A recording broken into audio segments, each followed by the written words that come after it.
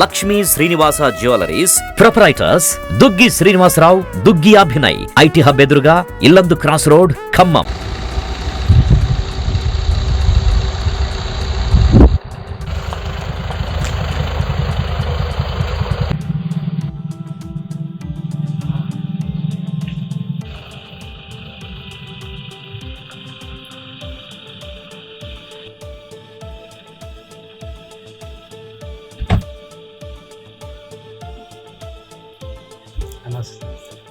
బాగుంది.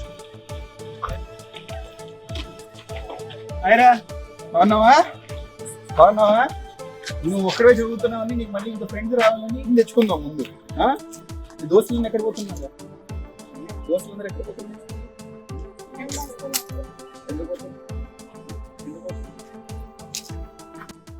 News Martha వాళ్ళు ఇప్పుడు మనకి అన్నదంతా చేయించారు. ఫెన్సింగ్ కూడా ఏసీలు ప్రొటెక్షన్. ఏం కావాలి? నాకు 20 మందిని ఇవ్వాలి. ఏం కావాలి మీకు చెప్పండి. ఏం కావాలన్నా మీకు ఇస్తాం. ఆ 20 మందిని తెప్పించండి.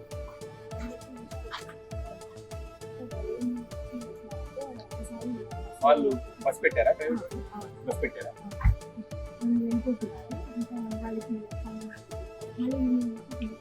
బిల్లు పెట్టుకోండి. 10 సంవత్సరాలు అయిన తర్వాత ఇవ్వండి వాళ్ళకి. నాణ్యమైన విద్య కదా కావాల్సింది, ఎక్కడ పోవాల్సింది అనేది కాదు కదా. మంచి విద్య కదా. బోర్డులు పెడతారు. మేమేమంటాం, ప్రభుత్వం అంటే ప్రభుత్వం పైన నమ్మకం ఉండాలి, ప్రభుత్వం అంటే ప్రభుత్వం పైన నమ్మకం ఉండాలి. ఇప్పుడు ఉన్న జిల్లాలో స్వయంగా వచ్చి ఎందుకు మాట్లాడుతున్నాను, ఎందుకు వచ్చి మాట్లాడుతున్నాను చెప్పండి.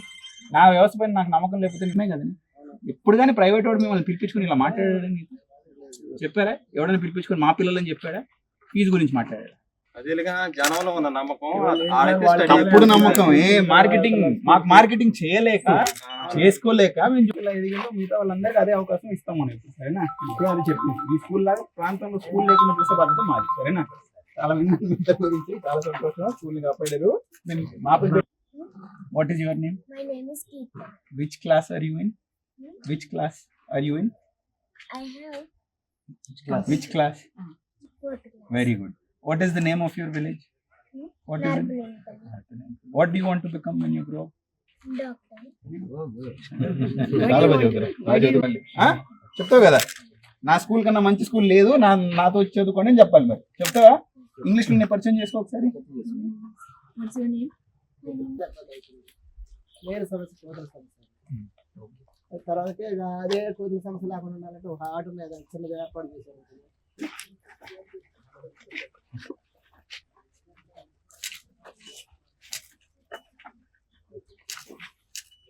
Okay sir, very good. Madam లాగా అవ్వాలరా మరి అనుకుంటాడు. మళ్ళీ ప్రభుత్వ స్కూల్కి పంపిస్తే సౌకర్యాలు లేవని మీరు అనుకుంటారు. టీచర్ గారు టైంకి వస్తారు, ఇంగ్లీష్ విద్య చెప్తారో లేదో, ఇవన్నీ కదా మన భయాలు. అవన్నీ మేము తెలిస్తే పంపిస్తారా మా దగ్గరికి? ఎందుకు ఏమైందనేది మర్చిపోండి. ఇప్పుడు 20 మంది పిల్లలు గ్రామంలో ఎన్ని మంది పిల్లలు రిజిస్టర్ ప్రకారం 56. నాకు 20 మందిని తెప్పించడానికి మీరు కారణం అన్నారు. సరే, అది గమనిద్దాం. ఇంకేంటి అది చూసుకుంటాం. ఇంకేం కావాలి? అదే సమస్య. అది ఒక్కటి వస్తే ఎన్ని మందిని ఇస్తారు? 90% అయితే నాకు 20 మంది పిల్లలు కావాలి మీ గ్రామం నుంచి. ఈ స్కూల్ మళ్ళీ ఆవాజ్ చేయాలి మనం. ప్రజెంట్గా అయితే 12 మంది 13 మంది వస్తున్నారండి. ఒకటి ఈ సంవత్సరం కంటిన్యూ అయితే నెక్స్ట్ పెరగచ్చు. స్ట్రెంత్ 20 మంది కావాలి. 20 మందిని ఇస్తే నెక్స్ట్ అంతా నేను ఇస్తాను. స్కూల్ పైన నమ్మకం రావాలని సంవత్సరం 2 సంవత్సరాలు శ్రమ పడుతున్నాం.